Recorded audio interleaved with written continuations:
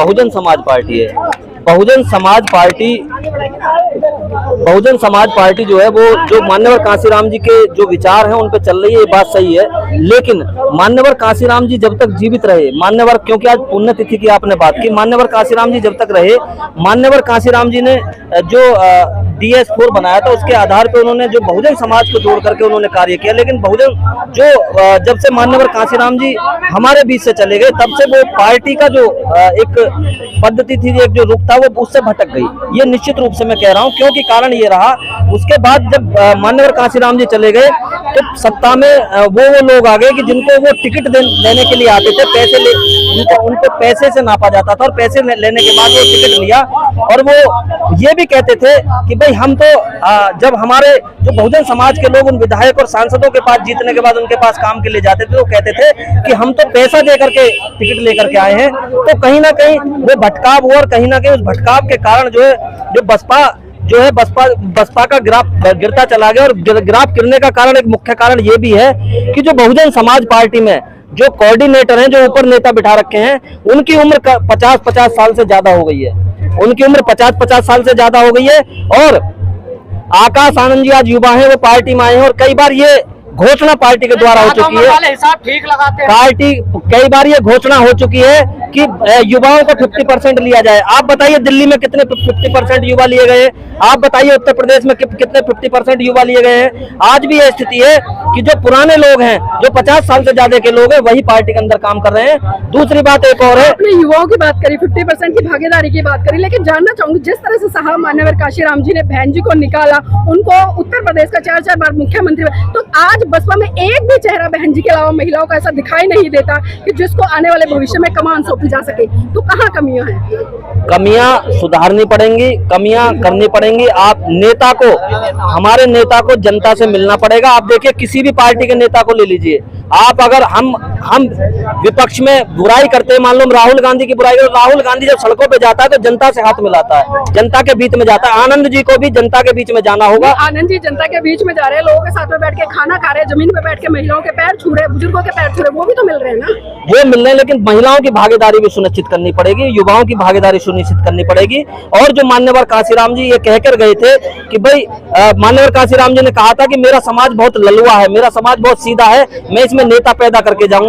लेकिन आज मैं ये मानता हूं कि जो नेता हैं वो मान्यवर कांशीराम साहब ने जो इतना काम किया कि नेता ज्यादा पैदा हो गए। आप ये देखेंगे आज जो संगठन बना करके लोग पार्टियां बना रहे हैं और पार्टियां बना करके फिर वो टिकट की बात करते हैं, वो विधायक और सांसद बनने की बात करते हैं। समाज से ऐसे कितने लोग ऐसे निकल के आए जो आज जो हमारे, मैं बहुजन समाज में से अगर SC/ST की बात करूं तो SC/ST में ही नेता इतने पैदा हो गए कि वो MP MLA बनने की तो बात करते हैं, लेकिन समाज में जाकर जहां एक संगठनात्मक रूप इकट्ठा होने की बात है, सरकार बनाने की बात है, वहां कहीं ना कहीं दिक्कत आ रही है। वो इसलिए दिक्कत आ रही है कि आज जो मान्यवर कांशीराम जी साहब पैदा कर गए थे, सामाजिक जो परिवर्तन की गति थी वो धीमी हुई है। और जो राजनीतिक लोग हैं वो आज राजनीति की तरफ, राष्ट्रीय अध्यक्ष बनने की तरफ ज्यादा लगाए हुए हैं। लेकिन आपको ये नहीं लगता कि जिस तरह से साहब मान्यवर कांशीराम के टाइम में लोग काम करते थे, या जिस तरह से अभी हम RSS की बात करें, RSS लगातार इतनी सक्रिय रहती है और इतने लंबे समय के बाद में देखा हमने 2014 में वो फुल फ्लैश सरकार में आए, लेकिन बसपा इतनी सैद्धांतिक पार्टी, विचारधारा पे टिकने वाली पार्टी, तो कमियां कहाँ है? क्या बसपा के नेता सिर्फ चुनावी माहौल में ही उतर के आते हैं, उससे पहले वो सोते रहते हैं? देखिए ये बात आपकी सही है, मैं बुलंदशहर का रहने वाला हूँ। जब चुनाव आते हैं, चुनाव के समय पे नेताओं को सामाजिक संगठनों की याद आती है, चुनावों के समय नेताओं को जो सामाजिक कार्यकर्ता होते हैं उनकी याद आती है। मैं खुद आज शुरू से मैं बस बहुजन समाज पार्टी को समर्थन करता हूं। और जो चुनाव आते हैं, नेता जो बहुजन समाज पार्टी के हैं वो कहते हैं कि भाई आप वहां मीटिंग कराइए, वहां मीटिंग कराइए। तो कमियां हैं, इस बात की कमियां हैं कि जब आप 5 साल होते हैं तो 5 साल जो कोऑर्डिनेटर है बहुजन समाज पार्टी के जिला अध्यक्ष है वो जनता के बीच में नहीं जाते, उनके मरने गिरने में नहीं जाते, उनके दुख सुख में नहीं जाते। और अगर आप इन्होंने दुख सुख में जाना शुरू कर दिया और उनके मरने गिरने में जाना शुरू कर दिया तो निश्चित रूप से बदलाव आएगा। ये चुनावों के समय पे हमारे समाज की याद आती है और हमारे समाज के बीच में जाते हैं और समाज की भी हम ना बात करें। और आप ये देखिए, मैं कहता हूं जो जितने कैडर लगते हैं बहुजन समाज पार्टी के वो सिर्फ जाट और चमारों में लगते हैं। आप कैडर लगाइए, मुसलमानों में कैडर लगाइए, आप जो लोधी राजपूतों में लगाई है, जो बहुजन समाज पार्टी के अन्य ओबीसी की जातियां उनमें कैडर लगाई है। ये कैडर नहीं लग रहे, कैडर आपको लगाने पड़ेंगे, और जब तक आप ये कैडर नहीं लगाएंगे, मान्यवर कांसीराम जी की आप कितने भी जन्मदिन मनाते रहे, मान्यवर कांसीराम जी की पुण्यतिथि हम उनको याद करते रहे, लेकिन उनके विचारों से कहीं ना कहीं हम बहुजन समाज पार्टी के जो नेता हैं वो भटक रहे हैं। वो भटक इसलिए रहे हैं, जो मैं कह रहा हूँ ओबीसी में वो कैडर नहीं लगा रहे, लोगों के अन्य समाज में कैडर नहीं लग रहे। जितने भी आप कैडर देखेंगे आज जाट और चमारों में कैडर लग रहे हैं, और वो एक कैडर की और एक और चीज है, वो एक होटल या एक कमरे में कैडर होते हैं, उसमें आम जनता नहीं होती। और आप देखना किसी भी जिले में जाके, मैं रहने वाला हूँ बुलंदशहर जिले का, जब आप उनकी वो देखेंगे ना, जो ये बनते हैं आपके विधानसभा की जो लिस्ट बनती है, आपकी जो उसकी लिस्ट बनती है, उसमें नंबर भी फर्जी होते हैं और कई नाम भी फर्जी होते हैं। इसमें इस सच्चाई को स्वीकार करना पड़ेगा, जमीन पे काम करना पड़ेगा। तो ऐसे वो पदाधिकारी को बेंच हटाने का काम क्यों नहीं करते? क्योंकि जब परिणाम आता तो साफ पता चल जाता है कि भाई काम नहीं हुआ, इसी वजह से ये परिणाम है। वो हटाने का इसलिए काम नहीं होता कि जो ऊपर कोऑर्डिनेटर बैठे हुए, चाहे मेरठ मंडल पे कोऑर्डिनेटर हो, चाहे आगरा मंडल पे कोऑर्डिनेटर हो, या दिल्ली प्रदेश में कोऑर्डिनेटर हो, वो कहीं ना कहीं बहन जी को गुमराह करने का काम करते हैं।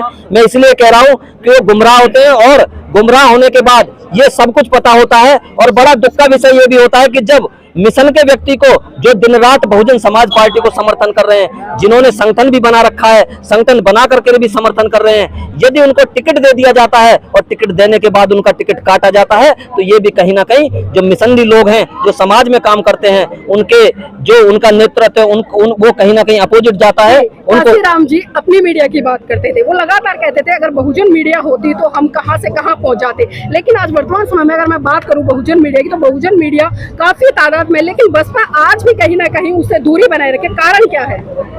कारण तो देखिए, जो बहुजन समाज का नेतृत्व वो ही बता सकते हैं, लेकिन आज का दौर मीडिया का दौर है, और आज के दौर मीडिया से ही जितनी पार्टियां हैं मीडिया से आगे बढ़ रही हैं, बिना मीडिया के कुछ नहीं है। और मीडिया को आपको बढ़ाना चाहिए, मीडिया के लोगों को आपको बढ़ाना चाहिए। और यदि आप कहते हैं कि सरकार लाएंगे, दिल्ली में सरकार लाएंगे, उत्तर प्रदेश में सरकार लाएंगे, सरकार तब तक नहीं आएगी जब तक मान्यवर कांसीराम जी की विचारधारा के लोग हैं, पुराने लोग हैं, वो भी आज आपको दिखाई नहीं देते। उन्होंने पूरा जीवन दिया, ऐसे लोग वो अपने बच्चों की नौकरी नहीं लगा पाए, उनके घर बर्बाद हो गए। जो मान्यवर कांसीराम जी साहब के लोग थे, वो रात भर दीवारें लिखा करते थे, लेकिन आज वो विचारधारा, वो लोग आज उसमें नहीं है। आज वो लोग आते हैं जो पैराशूट की तरह पैसे दे के आते हैं और पैसा दे के गायब हो जाते हैं, और ऐसे लोगों से सतर्क रहने की जरूरत है। और ऐसे लोगों से खासकर, क्योंकि ऐसे लोग बहुजन समाज पार्टी को वो सिर्फ टिकट पे चुनाव लड़ने के लिए आते हैं, और चुनाव के बाद वो भाग जाते हैं। सर, एक आखिरी सवाल लेना चाहूंगा। साहब मान्यवर कांसीराम जी की पुण्यतिथि मनाई है, तमाम लोग संकल्प लेते हैं, उनके जन्मदिन पर भी लेते हैं, पुण्यतिथि पर भी लेते हैं कि हम ये करेंगे वो करेंगे, लेकिन यहाँ से जाने के बाद में फिर वही चादर ओढ़कर सो जाते हैं। तो क्या लगता है ऐसे में हम साहब मान्यवर कांसीराम जी की जो विचारधारा थी उसको स्थापित कर पाएंगे, या देश में जो बहुजनों की सत्ता है उसको ला पाएंगे? देखिए, बहुत सारे लोग तो ऐसे होते हैं, बहुत सारे लोग ऐसे हैं जो विचारधारा से जुड़े हुए आते हैं। बहुत सारे लोगों को आप देखेंगे वो परिवार से, जैसे 14 अप्रैल आएगा, मान्यवर साहब की पुण्यतिथि आएगी, 6 दिसंबर आएगा, बहुत सारे लोग तो अपने बच्चों को ऐसे पिकनिक बनाने के हिसाब से लेके आते हैं। वो आते हैं और घर पे चले जाते हैं, विचारों की बात कार्यक्रमों में करते हैं, सुनते हैं। लेकिन आज ऐसे लोगों को आप दिल्ली में भी देख लेना, वो जय भीम उनके बच्चों को कहने में भी शर्म आती है, जय भीम कहने में भी शर्म आती है। और उनको ये पता नहीं है कि यदि बहुजन समाज में बाबा साहब अम्बेडकर जी अपने 4 बच्चों की कुर्बानी नहीं देते, ऐसे लोगों को ये पता नहीं है यदि उनके बाद में मान्यवर कांसीराम साहब जैसे जो साइकिलों पे जो चले, जो उनके साथ एक कार में जुड़ा, उन्होंने जो एक वो दिया, आपने अंदर भी फोटो देखा, उन्होंने 85 और 15% का एक वो दिया। ये 15% आज भी 85% पे भारी है। और ये 15% आप ये देखिए, आखिर ये 85% कहाँ चला गया? ये 85% क्योंकि इसलिए चला गया, चाहे बहुजन समाज पार्टी हो, चाहे कांग्रेस हो, आम आदमी पार्टी हो, या भारतीय जनता पार्टी हो, उसमें अगर जीत के आता है तो 15% वाला ही आज जीत के आ रहा है, अपने पैसे के बल पे आ रहा है, और वो अपने अनुसार सत्ता चलाता है, अपने अनुसार नियम कानून। और अगर कहें कि हम आरएसएस की होड़ करेंगे, आरएसएस का कभी जीवन में आप होड़ नहीं कर पाओगे।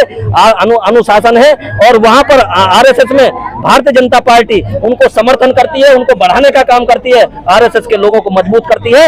लेकिन आप ये देखिए कि हमारे यहाँ पर बहुजन समाज पार्टी के बाद बाम सेब के टुकड़े हो गए, बाम सेब के कई संगठन बन गए। यहाँ पर आरएसएस की आप बात करेंगे, यहाँ पे बाम सेब भी एक नहीं हो पाई, यहाँ पे राष्ट्रीय नेता के एक हो गए। और जो बहुजन मीडिया है तो कमियां तो नेताओं की है ना। नेताओं की है। बहुजन मीडिया को मजबूत करना पड़ेगा, उन्हें सम्मान देना पड़ेगा, मिशन के लोगों का सम्मान करना पड़ेगा। और मैं एक चीज और बता दूं, अगर आज बहुजन समाज पार्टी जिंदा है तो मिशन के लोगों के कारण जिंदा है। जो लोग पैराशूट की तरह आते हैं और पैराशूट की तरह चले जाते हैं, उनका आज भी कहीं भी कोई औचित्य नहीं है, कोई मतलब नहीं है, कहीं आपको नहीं दिखाई देंगे। मिशन के लोग ही लड़ाई लड़ रहे हैं, सड़कों पे लड़ाई लड़ रहे हैं। आज अगर उन्हें टिकट मिल रहा है तो वो टिकट लेने के लिए आते हैं, लेकिन बड़ा दुख का विषय है कि उनका टिकट काट दिया जाता है। ये बहुत ही सोचने का विषय। बहुजन समाज पार्टी के नेताओं को सोचना पड़ेगा, बहन मायावती जी को सोचना पड़ेगा, बहुजन समाज की जो मीडिया उसको सम्मान देना पड़ेगा, मिशन के लोगों को सम्मान देना पड़ेगा। ऐसे लोगों को, चाहे वो 2 अप्रैल का कांड हो, 2 अप्रैल का SC/ST का आंदोलन हो, चाहे अभी वर्गीकरण जो SC/ST में हुआ उसका मामला हो, अगर सड़कों पे संघर्ष किया तो मिशन के लोगों ने किया है। उन लोगों ने किया है कि जो आज भी मान्यवर कांशीराम जी की विचारधारा पे, बाबा साहब की विचारधारा पे, उनको पार्टी की जरूरत नहीं है, वो मरने मिटने को तैयार है। ऐसे लोगों को सम्मान देना पड़ेगा।